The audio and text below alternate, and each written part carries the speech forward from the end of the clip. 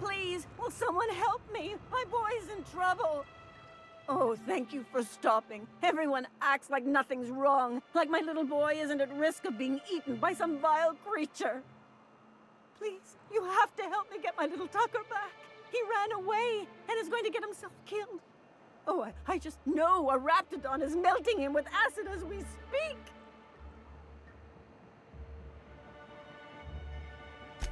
Don't you tell me to calm down. I promised my boy I'd protect him for always. But how can I keep him safe if he's run away? He ran out into the wilderness a few days ago. I warned him about the Raptidons, Mantisaurs, and Marauders, the toxic sulfur pools and poisonous plants, but he didn't listen. Oh, law, Captain. A youngster won't last long in a place like this. Please, can't we help? Please, won't you go and find my boy? He's been pining for an adventure. Says he's tired of living cooped up behind the walls. But he doesn't understand how dangerous it is out there. I warned him. A Raptidon would snap him up first chance it got. I just know one's ripped his arm off and is gnawing on his sweet little fingers. He should have listened to his mama. I promised I'd keep him safe here with me. He's been listening to those awful broadcasts that the Iconoclasts put out. I begged Sanjar to put a stop to them, but did he? No! And now I just know my boy's run off to Amber Heights. That is, if a Mantiqueen hasn't spooled out and eaten his entrails for breakfast already. That old settlement, southwest of Stellar Bay. I don't know which is worse, the thought of my son shacking up with the nutty Iconoclasts, or that he never made it. Sprats could be nesting in his rotting body alongside the road as we speak. Or maybe Marauders got him, pulled all his teeth out, crushed him into their drugs and made him snort them. Oh, the things that could happen to my sweet baby. Those low-life degenerates, leading innocent boys into a life of danger. Oh, they make it sound so exciting. Like it's noble to risk it all out there, fighting for the greater good. How noble is it to worry your loved ones? Not at all, I say. But still they preach their sermons of anarchy and rebellion to anyone who'll listen. If they weren't holed up in Amber Heights, I'd knock them all upside the head. Thank you. Oh, I know he'll be safe now that someone's able to fetch him home. You look for him in Amber Heights, you hear? It's down the road southwest of town. I'm sure he made it that far, I just know it. And if you find any of them iconoclasts indoctrinating my boy, you punch them in the mouths. Tell them what I think of them luring little boys away from their mamas. It's immoral.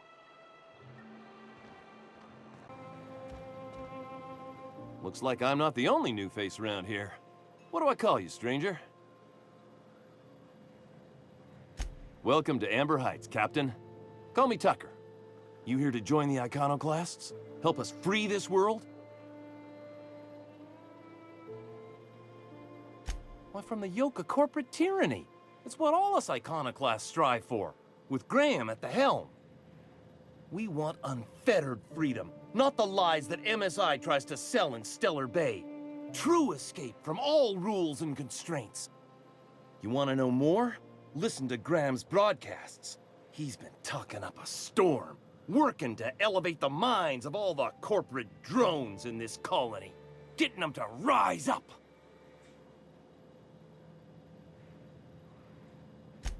It is.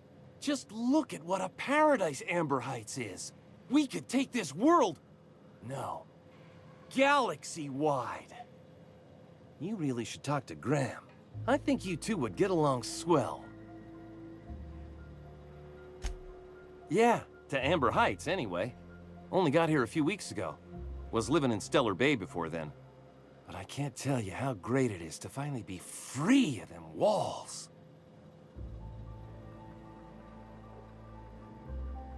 Screw safe. I've had enough of playing it safe to last me a dozen lifetimes.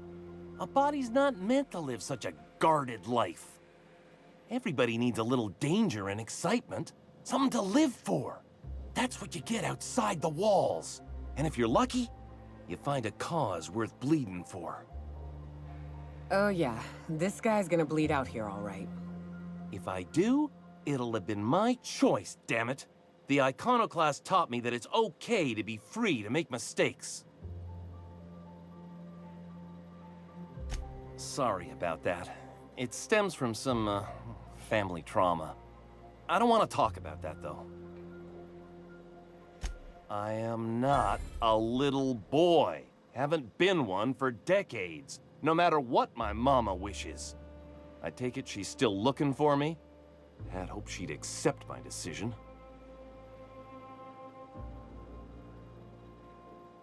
According to her, stepping foot outside of the house in broad daylight is too dangerous. My entire life, she crammed a fear of danger down my throat. Don't go play with friends. Mantisaurs will tear your arms off. Don't leave the city. Raptidons will spit acid on your face. Marauders can violate you. You'd fall in a sulfur pool. I stuck around way too long, ruled by her fears. I'm 42 years old, but she still sees me as a little boy in need of her protection. I won't stand for it, I tell you.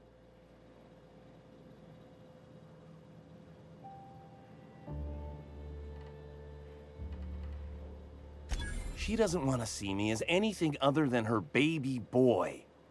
Why would I go back again? What'll be different this time?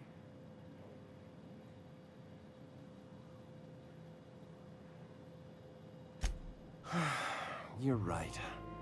I can do this. I just need to stand my ground and make her see she can't control me anymore. No one can.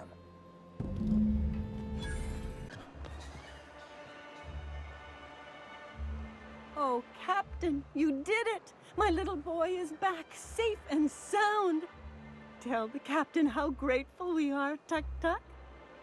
Mama, I told you that I'm not staying. I just came back to talk to you about why I left. Then I'm going back to Amber Heights. Oh, we'll get that silliness sorted out. You're safe here with me, and that's how it's going to stay. Isn't that right?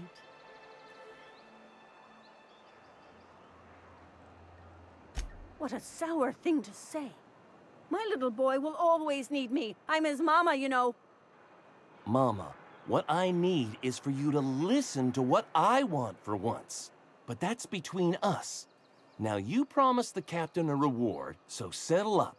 Then you and me are gonna have a long talk. Here, kind stranger. This is every bit I've scrimped and scraped for years to save. But it's more than worth it to have my Tuk-Tuk home safe again.